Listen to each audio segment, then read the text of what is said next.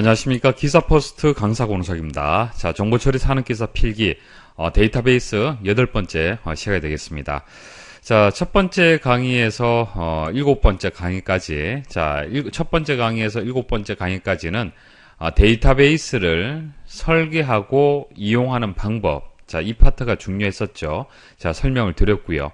자, 지금부터는 실제 이 데이터베이스가 어떤 구조로 해서 저장이 되는지, 컴퓨터 내부에 어떻게 저장이 되는지 이제 설명을 드리도록 하겠습니다.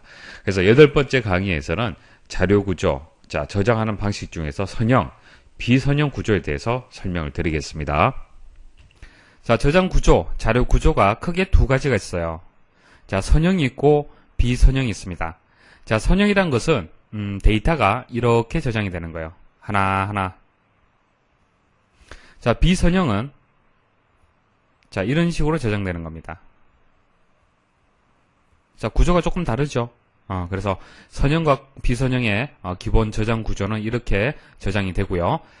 그리고 선형에는 스택과 큐, 데크가 있습니다. 그리고 비선형에는 트리, 그래프가 있는데 시험에 간단하게 출제가 된다면 이렇게 나와요. 선형 구조가 아닌 것은 1번 스택, 2번 큐, 3번 데크, 4번 트리. 자, 4번이 정답이 되겠죠. 자, 이런 식으로 선형과 비선형의 종류를 구분하는 문제가 자주 출제가 되었습니다. 그리고 뭐 각각에 대해서도 자세하게 여러분들 알고 계셔야 돼요. 그리고 이제 수식 표기법에 대해서 말씀을 드릴게요. 자, 사람이 이용하는 수식 표기법은 어떤 방법입니까? 자, 이런 식이죠. 자, 피연산자, 연산자. 자, 연산자가 피연산자 사이에 있죠. 가운데 있습니다. 그래서 중위 표기법을 이용을 하고요. 그런데 컴퓨터는 이 연산자가 앞에 오거나 혹은 뒤에 오도록 또 표기하는 방식이 있어요. 그래서 앞에 오면은 전위, 뒤에 오면 후위라고 얘기를 합니다. 자, 그래서 전위를 후위로 바꾸고 뭐 중위를 후위로 바꾸고 서로 수식 표기법을 변환하는 방법도 여러분들 알고 계셔야 돼요. 자, 자료 구조의 분류에 대해서 말씀을 드리겠습니다. 자, 자료를 기억장치 내에 저장하는 방법을 우리는 자료 구조라고 얘기를 하고요. 자, 크게 이제 선형과 비선형이 있습니다. 자, 특히 선형에서는 이제 순차 리스트가 있고 이제 연결 리스트가 있는데, 자, 순차부터 해서 말씀을 드리겠습니다. 자, 순차 리스트는 데이터가 연속적으로 기억 장소에 저장이 되는 구조를 얘기하는 겁니다. 자, 그림을 통해서 말씀을 드릴게요. 자, A, B, C. 데이터가 어떻게 저장이 되어 있습니까? 연속적으로 저장되어 있죠. 이게 순차 리스트 구조가 되는 거예요. 그래서 특징이 구조가 간단하고요. 간단하고 기억 장소 이용 효율이 높다. 왜냐하면은 A하고 B 사이에 빈 공백이 없고 B와 C 사이에 빈 공백이 없죠. 그죠? 그래서 기억 장소를 100% 그대로 이용을 할 수가 있습니다. 그래서 이용 효율이 높다. 그렇게 얘기를 하고요. 그런데 단점이 있어요. 자, 삽입하거나 삭제할 경우에 문제가 있습니다. 자, 보세요. 자, A, B, C 순으로 저장되어 있는데 A하고 B 사이에다가 D를 삽입을 하고 싶다라고 했을 때 문제가 발생을 합니다. 자, 보십시오. 자, D를 넣으려고 하니까 공간이 없죠. 그죠? 그래서 A는 그대로 있지만은 B가 들어있는 위치에다가 D를 입력을 해줘야 돼요. 자, 그럼 B는 어떻게 해야겠습니까? 이동을 해야겠죠. B. C는 어떻게 해야겠습니까? C도 이동이 되겠죠. 요렇게. 그래서 하나의 데이터가 저장이 되면은 그 데이터 이후에 모든 데이터들이 이동이 돼야 되는 그런 문제점이 있습니다. 삭제할 때도 마찬가지예요. 만약 B를 삭제한다고 했을 때는 C가 빈 공백이 있으면 안 되기 때문에 다 이동이 돼야 돼요. 이렇게. 그래서 삽입과 삭제가 어렵다. 단점이 있고요. 자, 그리고 연결 리스트에 비해서는 이제 검색이 빠른 그런 장점이 있습니다. 자, 그래서 여러분들 뭐 개념 이해를 하실 때는 아파트를 이동을 할 때 계단으로 이동하는 것을 한번 생각을 해 보십시오.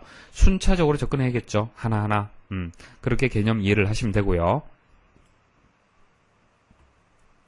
자, 연결 리스트 말씀을 드리겠습니다. 자, 연결 리스트는 순차 리스트가 이제 연속적으로 저장이 되는 반면에 비연속적으로 저장을 할 수가 있습니다. 보십시오.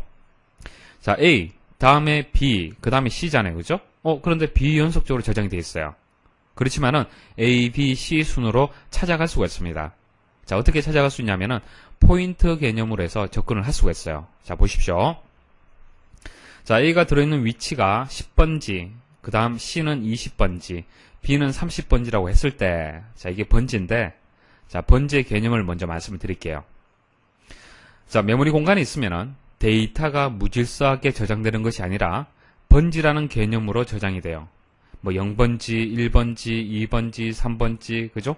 이렇게 저장이 되고, 그래서 저장할 때도 번지 개념을 저장하고, 읽어드릴 때도 그 번지 개념을 해서 데이터를 읽어드려 옵니다. 그래서 기억장치 내에 저장할 때는 항상 이제 번지라는 개념을 해서 저장이 되는 겁니다. 자, 우편물을 배달할 때도 마찬가지죠. 번지 개념을 해서 우편물이 전달되지 않습니까? 자, 그런 개념을 이해를 하시면 되겠습니다. 자, 그러면 한번 찾아가 보도록 하겠습니다. 자, A를 찾고 그 다음 B를 찾아가려고 하니까 어떻습니까? 포인트가 30이네요. 그럼 30번지를 찾아가는 거예요. 이렇게 찾아가고, 자, B를 찾았습니다. 그 다음 B 다음에 C죠. 자, C를 보니까 20번지를 찾아가면 되겠네요. 이렇게 찾아가니까 C가 있는 거죠. 자, 이런 식으로 비연속적으로 저장을 하지만은 포인트 개념으로 해서 데이터를 접근할 수 있다. 자, 이게 연결 리스트의 개념이 되고요. 자, 특징을 보도록 하겠습니다. 기억 장소 이용 효율이 낮다. 자, 왜냐하면은 비연속적으로 저장이 돼요. 그래서 만일 자, D라는 데이터를 저장을 한다. 그러면 60번지에다가 저장할 수 있어요. 그러면 그 사이는 어떻게 되겠습니까? 데이터가 저장되지 않았죠. 그죠? 그래서 기억 장소 이용 효율이 낮은 그런 단점이 있고요. 삽입하고 삭제가 용이해요. 그 대신 자, 보세요. 만일 A 다음에 D, 그 다음 B, C 순으로 D를 삽입을 할 때 D를 꼭 A와 B 사이에 저장할 필요 없습니다. 자, 60번지에 저장을 하고 포인트 값만 바꿔주면 되겠죠. 보십시오. 자, A를 찾고 그 다음 A 다음에 D죠. 그러면 이 포인트 값을 60으로 바꿔주는 거예요. 그럼 60번지 가죠. 자, D를 찾았습니다. 자, D 다음에 B죠. 자, B를 찾으려니까 번지가 30번지네요. 자, 포인트 값을 30을 주면 돼요. 자, 그래서 B를 찾고 B 다음에는 20번지 가게 되면은 20번째 C를 찾을 수가 있는 겁니다. 자, 이런 식으로 접근하는 방법이 이제 연결 리스트고요. 자, C 다음에는 데이터가 없기 때문에 이렇게 꺾은 선으로 표시하시면 되는데, 자, 이게 널을 표시하는 겁니다. 널 포인트. 자, 그 다음에 접근할 포인트 값이 없다, 주소가 없다. 그래서 널로 표시를 하는 겁니다. 자, 그래서 이제 삽입 삭제는 간단해요. 포인트 값만 바꿔주면 되겠죠. 데이터는 그대로 두고 포인트 값만 바꿔주면 되는 겁니다. 자, 그 대신 순차 리스트에 비해서는 이제 검색이 느린 그런 단점이 있습니다. 왜냐하면은 포인트로 이제 접근을 하는 거죠. 그래서 포인트 값을 계산해서 계속 접근해야 되기 때문에 순차 리스트에 비해서는 검색이 느린 그런 단점이 있습니다. 자, 그리고 연결 리스트를 그림을 이렇게 표현할 수도 있어요. 자, 일반적으로 이렇게 표현을 합니다. 자, A라는 데이터가 10번지에 저장되어 있고 B라는 데이터는 20번지, C라는 데이터가 30번지에 저장되어 있다라고 했을 때, 자, A를 읽어드리고 30번지로 간다. 자, 이게 30번지죠. 이게 30번지, C가 20번지에 저장되어 있죠. 현재 요렇게 저장되어 있습니다. 자, 그럼 30번지에 접근하니까 B가 있죠. B를 찾고 20번지로 가니까 C라는 데이터가 있습니다. 자, 연결 리스트를 이렇게 표현도 할 수 있고요. 자, 스택에 대해서 말씀을 드리겠습니다. 자, 스택은 선형 구조, 순차 리스트에서 한 종류가 되겠습니다. 자, 스택은 삽입 삭제가 한쪽에서만 이루어지는 데이터 구조다. 자, 이런 겁니다. 자, 여러분들 택시 타시면은 잔돈을 보관하는 스택 보셨습니까? 자, 동전을 이렇게 자, 하나씩 손으로 밀어 넣죠. 뺄 때는 어떻게 뺍니까? 하나씩 빼잖아요. 그죠? 자, 들어갈 때도 이쪽으로 들어가고 나올 때도 이쪽으로 나옵니다. 자, 그리고 먼저 들어간 데이터, 자, 먼저 들어간 동전은 제일 밑으로 깔리기 때문에 나올 때는 제일 마지막에 나오죠. 반대로 제일 마지막에 들어간 동전은 제일 먼저 나올 수가 있습니다. 자, 이런 구조를 스택이라고 얘기하는 거예요. 그래서 스택의 데이터 구조를 리포라고 얘기합니다. 리포. Last in, first out. 자, 마지막에 들어간 것이 먼저 나온다는 얘기예요. 이해하시겠죠? 그죠? 자, 그럼 그림을 통해서 다시 말씀을 드리겠습니다. 자, 이게 스택 구조인데요. 데이터를 넣을 때는 push라는 명령을 해요. push. 자, push A 하게 되면 A가 들어가고요. push B 하면 B가 들어가고, push C 하게 되면 C가 들어갑니다. 자, 그럼 반대로 삭제할 때는 pop이라는 명령을 씁니다. pop을 쓰게 되면은 C가 나오고요. 또 pop 하게 되면 B, 또 pop 하게 되면 A가 나와요. 자, 이런 식으로 저장할 때도 마찬가지. 출력할 때도 마찬가지. 한쪽으로만 삽입과 삭제가 이루어지는 구조를 스택이다. 그렇게 얘기를 하고요. 자, 여기서 하나 주의하셔야 될 점은 번지 개념으로서 데이터가 저장되는 것이 아니라 푸시 팝이라는 명령에 의해서 저장이 되죠. 그래서 번지를 정해주지 않습니다. 그래서 탑이라는 값을 가지고 저장이 되는 거예요. 탑 포인트. 자, 탑 포인트라는 것은 가장 최근에 삽입된 자료 또는 가장 먼저 삭제될 자료를 가리키는 스택 포인터다. 자, 현재 데이터가 없다라고 생각을 해보십시오. 그러면 그때 탑이 0이 되는 거예요. 0이 되고, 이제 push A라고 했습니다. push A를 하게 되면은 탑이 1 증가돼서 1이 돼요. 이렇게 위치가 오는 겁니다. 그러면은 요 위치에다가 데이터를 저장하라. 그런 뜻이 되는 겁니다. 그래서 A가 저장이 되고요. 그 다음 push B 하게 되면은 탑이 또 한 칸 올라가요. 2가 되는 거예요. 그래서 B가 저장되고, push C 하게 되면은 탑이 또 1 증가됩니다. 그러면 세 번째 위치에 C가 저장되는 그런 구조가 되겠습니다. 자, 삭제할 때도 마찬가지죠. 만약 C를 삭제한다. 현재 탑 포인트가 3이잖아요. 그죠? 세 번째에 있는 C 값이 삭제가 되는 거예요. 그리고 탑 포인트는 2가 되고요. 그 다음 팝하게 되면 어떻게 되겠습니까? 그 다음 팝하게 되면 B가 삭제가 되고 다시 탑 포인트는 1 감소. 또 팝하게 되면 A 삭제, 탑 포인트는 0으로 다시 값이 바뀌는 겁니다. 그래서 삽입을 할 때는 탑이 1 증가되고 삭제할 때는 탑 값이 감소된다는 것을 기억을 하십시오. 자, 그 다음 시험에 많이 출제되는 내용입니다. 잘 기억을 하셔야 되는데 스택의 응용 분야. 자, 이런 것을 이용을 해서 우리가 택시에서 잔돈을 보관할 때도 이용을 하지만은 컴퓨터에서 어떻게 이용을 하느냐. 자, 그것을 여러분들 구분할 수가 있어야 돼요. 자, 인터럽트를 처리하고 수식을 계산하고 서브루틴에 복귀 번지를 저장하고 부프로그램의 호출, 함수 호출의 순서 제어를 한다. 자, 이런 것들은 앞으로 설명을 하나하나 드릴 겁니다. 자, 이거보다는 이것을 기억하고 계십시오. 시험에는 이렇게 나와요. 스택의 응용 분야가 아닌 것은 1번 인터럽트 처리, 2번 수식이 계산, 3번 서브루틴의 복귀 번지 저장, 4번 운영체제의 작업 스케줄링. 이렇게 나오면은 4번이 틀리다는 얘기예요. 자, 요것은 뒤에 설명드릴 Q의 자료 구조예요. 자, 간단하게 말씀을 드리면은 스택 같은 경우에는 들어오는 구조와 나가는 구조가 한쪽이죠. 맞습니까? 삽입 삭제가 한쪽에서 이루어지는 리포 구조예요.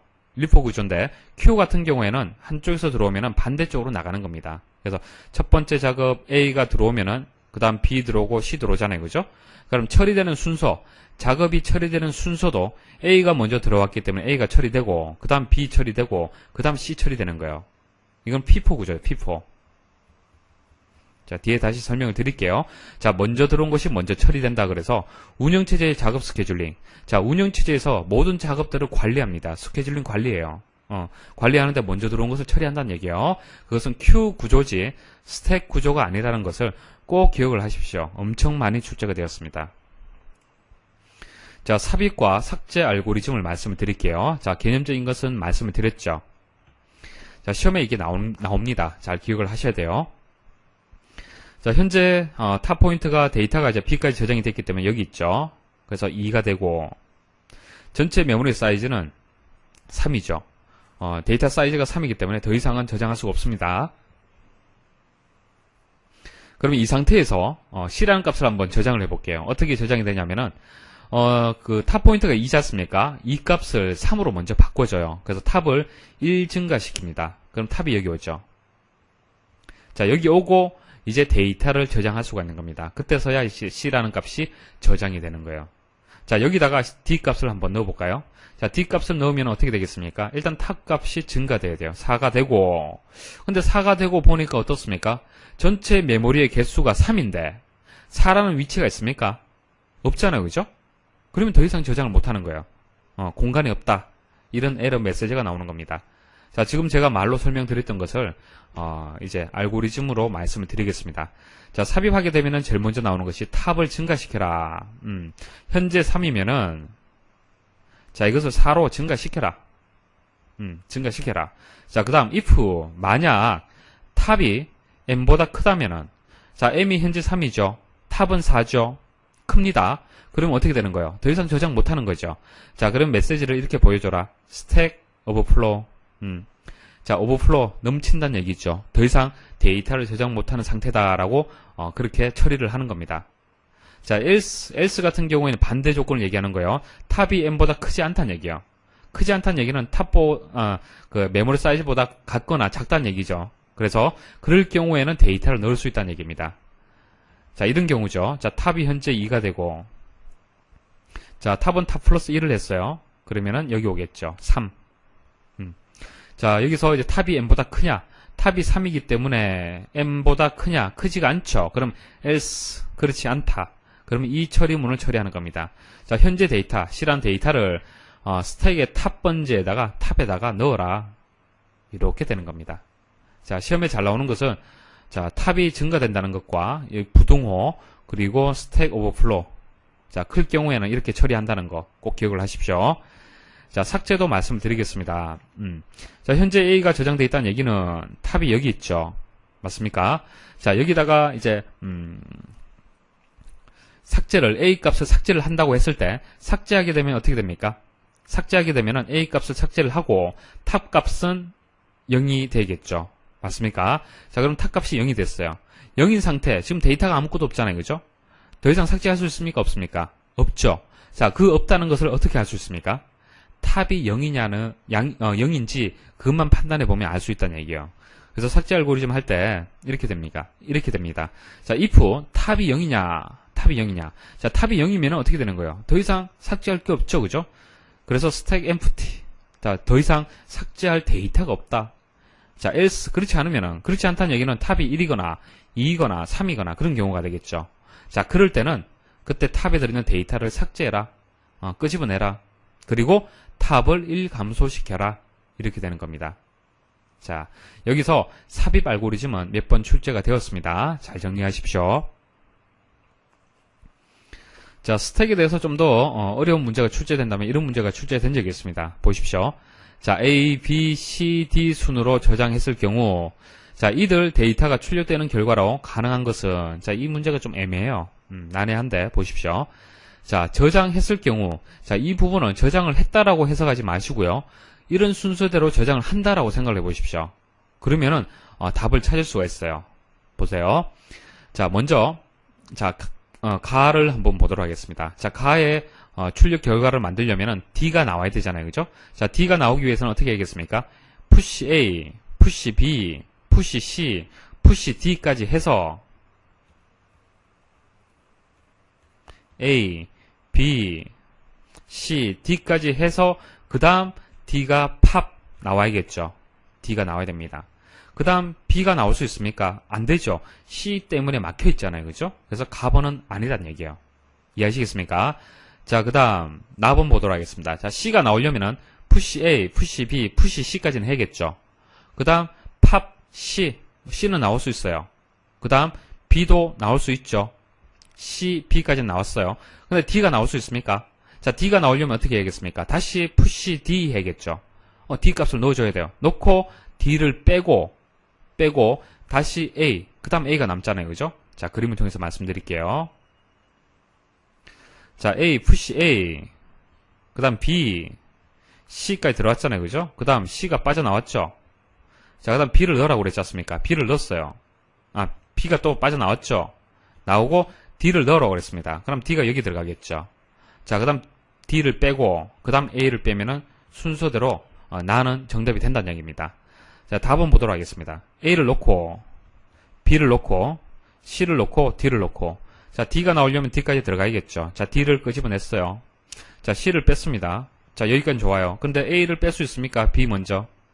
B보다 먼저 뺄 수 있습니까? B 때문에 안 되잖아요. 그죠? 예, A를 먼저 뺄 수 없기 때문에 다는 정답이 될 수 없어요. 라번 보도록 하겠습니다. 자, D를 빼려면 D까지 푸시 해야겠네요. 자, A, B, C, D. 자, D 빠지고, 자, D 빠지고 C가 막혀 있는데 A를 뺄 수 있습니까? 안 되죠, 그죠?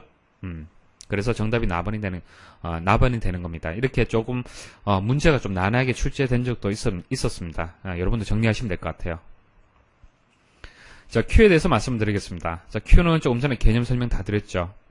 자, 노드의 삽입 작업은 선형 리스트의 한쪽 끝에서, 제거 작업은 다른 쪽 끝에서 수행되는 자료 구조가 되겠습니다. 자, 이쪽으로 들어가잖아요. 그죠? 이쪽으로 들어가면은 반대쪽으로 나오는 거예요.